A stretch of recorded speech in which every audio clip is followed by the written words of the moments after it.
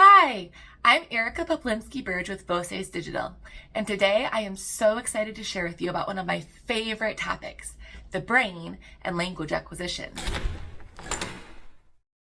There is a lot of support for acquisition-driven instruction from both research and classroom experience. I am so excited to share that research with you and talk about how you can apply it in your classroom right away. One of the most important things we can do for our brains when learning a new language is repeated exposure to comprehensible and compelling input. When we do anything in our brains, a neuron, or more likely a group of neurons, sends a signal or signals along axons to other neurons that causes our brains to do anything. So for example, if you were teaching a lesson and your superintendent and principal suddenly walked into your room, one neuron or set of neurons would hear the sound. Another would turn your head. Another would recall who this person is walking into your room and how to respond. And yet another set would probably, because we're teachers, be sneakily monitoring your students to make sure they all look like they are super engaged and compelled by your lesson. Now, all of these things our brain can do very, very quickly because we've done them many, many, many times. And our brains are kind of like a muscle in that the things that we do over and over and over, we are faster at processing. In fact, we can process things up to 100 times faster with lots and lots of practice or repeated exposure. Repetition is key to forming new neural connections or for strengthening axons that are already there. Without the repetition, our brain can't get the workout it needs to actually acquire the language. If you consider a baby learning their first language, it takes almost a year before they start to produce or output parts of the language. In that year, they have received almost 10,000 hours of comprehensible input.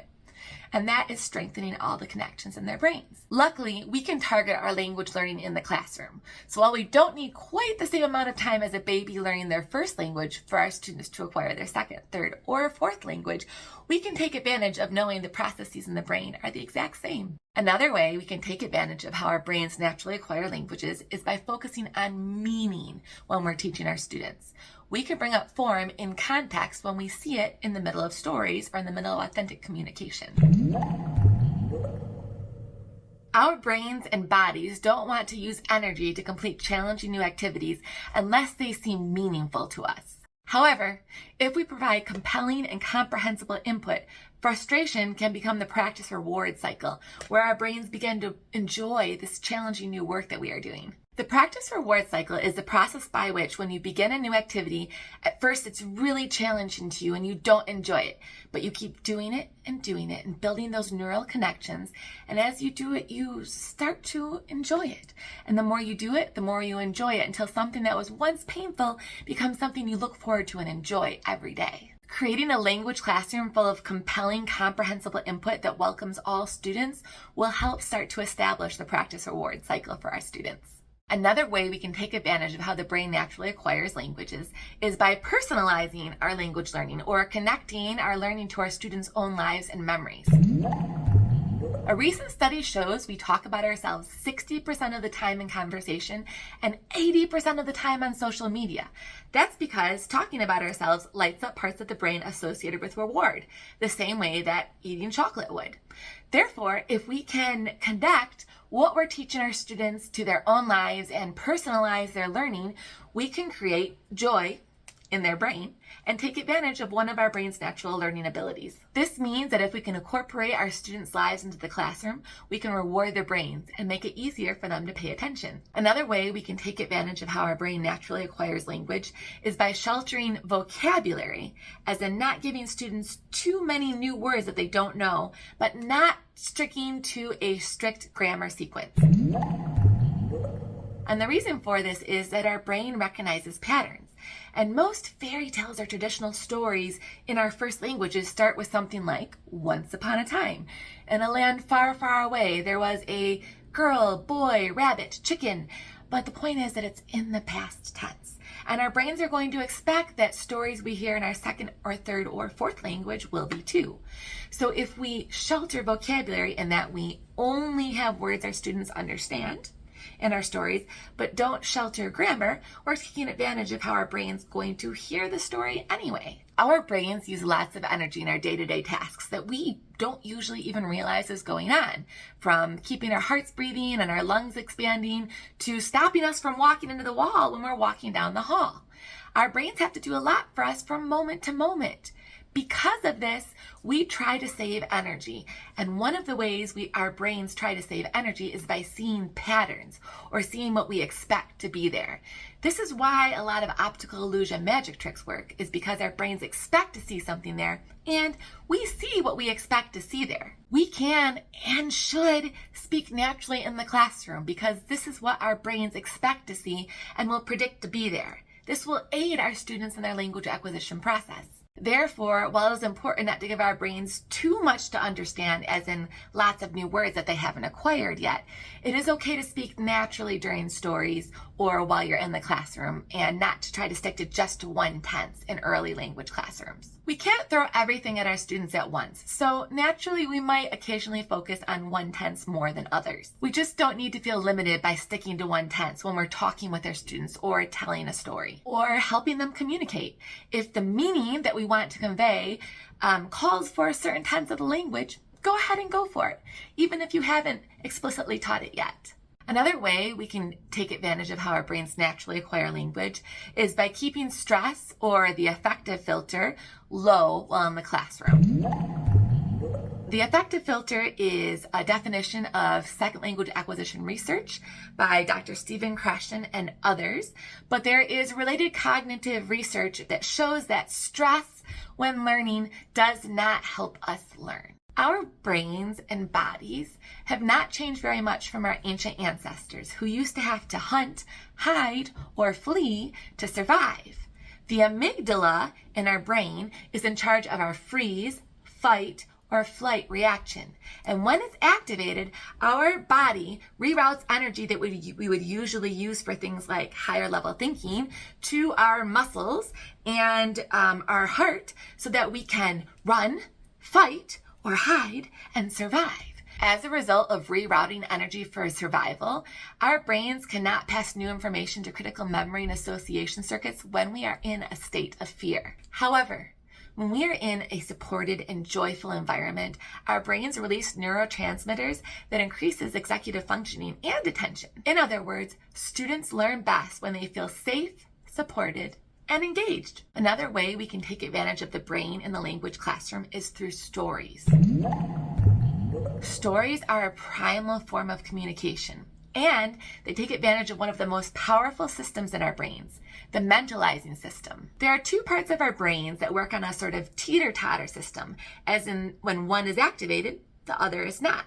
These two parts of our brains are the mentalizing system and the prefrontal cortex. The prefrontal cortex is used to complete logic problems, like how much time you might need to drive into work and make your coffee, or how much carpet you might need to finish a room. Whereas the mentalizing system, which activates when the prefrontal cortex is off, is responsible for our image of ourselves, our relationship to others, our stories. Scientists wanted to determine which of these two systems was the more powerful system. Now, if you think of the brain sort of like a muscle, the parts that we use become stronger and faster. So the way scientists did this was they put two different groups of test subjects into an fMRI machine. They would send math problems to the participants something like every 30 seconds. And when the participant was reading the math problems, they would see the prefrontal cortex light up. But even when there was only seconds between math problems, as soon as they finished solving the math problems, the prefrontal cortex would go off and the mentalizing system would go on. Therefore, when we think about the parts of our brains that we use more becoming faster processors, this default system, the system that lights up every single time we aren't solving like a math or a logic problem, should be the stronger system. Scientists wanted to test this on the next level, so what they did was they took two different groups of people and they put them back in the fMRI machine, Group A and Group B. Both groups were given this description of an imaginary person, like there is a man, he likes long walks on the beach and hot tea, and he likes to read, just this long description. Group A was told, you're going to read this description and you're going to take a test about this imaginary person. And when group A was in the fMRI machine, they used their prefrontal cortex to read the description. Group B was told, you are going to set this imaginary person up with one of your friends. And when Group B was in the magnetic resonance imaging machines, they used their mentalizing system to read this description. Both groups were given the test. Which one do you think did better? Hopefully you said Group B! Yay, Group B! Group B did better because they were using their mentalizing system. They were incorporating the description of this imaginary person with their own memories, their own stories, their own relationships to others. And so they were able to remember the details better when they did the tests later. The mentalizing system is our default system, and it is the stronger system of our brains.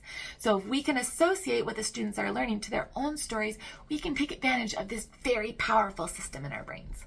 Another way we can take advantage of how our brain naturally learns is by incorporating novelty or variety in the classroom. That's because our brains like to pay attention to things that are new or different. Brain plasticity, or our brain's ability to change, improves for 15 to 30 minutes after something that's novel or new.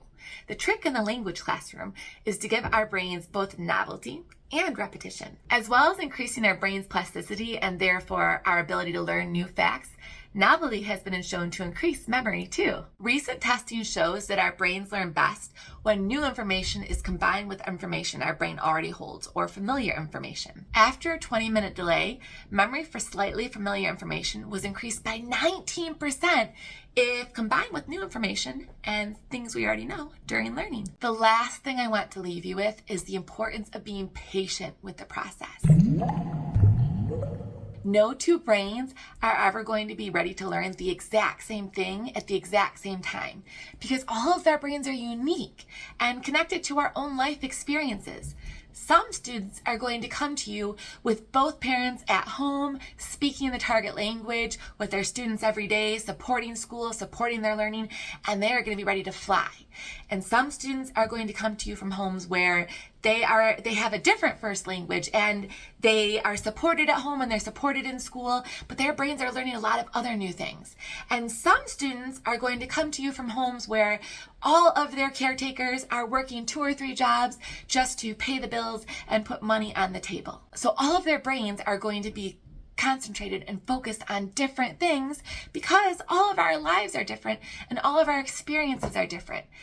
But if you can learn a first language, you can learn a second, third, or fourth language. You just need the time and the support and the practice to get there. This plays out even with concepts that many people think of as gifts that you are either just born with or not born with, such as perfect pitch, or the ability to recognize or reproduce any given note at any time. For many, many years, we thought that perfect pitch was just something you were either born with or you never had. However, in a recent study, 100% of children were able to achieve perfect pitch on different tones. It's just that some children took a few months and some children took up to 1.5 years because all of their brains were at different places, but all of their brains were able to do it. If there had been a perfect pitch exam after 2 months, most of the students would have failed and thought that they couldn't do it. However, when they were supported and given the time that their brains needed to acquire perfect pitch, they were all able to do it. They were all able to find success. Just like for learning perfect pitch, there's no set amount of time under which a language learner should be able to do something. Learners are all capable of acquiring the language. Different elements simply take different amount of time for different learners because we all have different brains. I hope this presentation has unlocked some of the language learning keys to the brain for you and your students.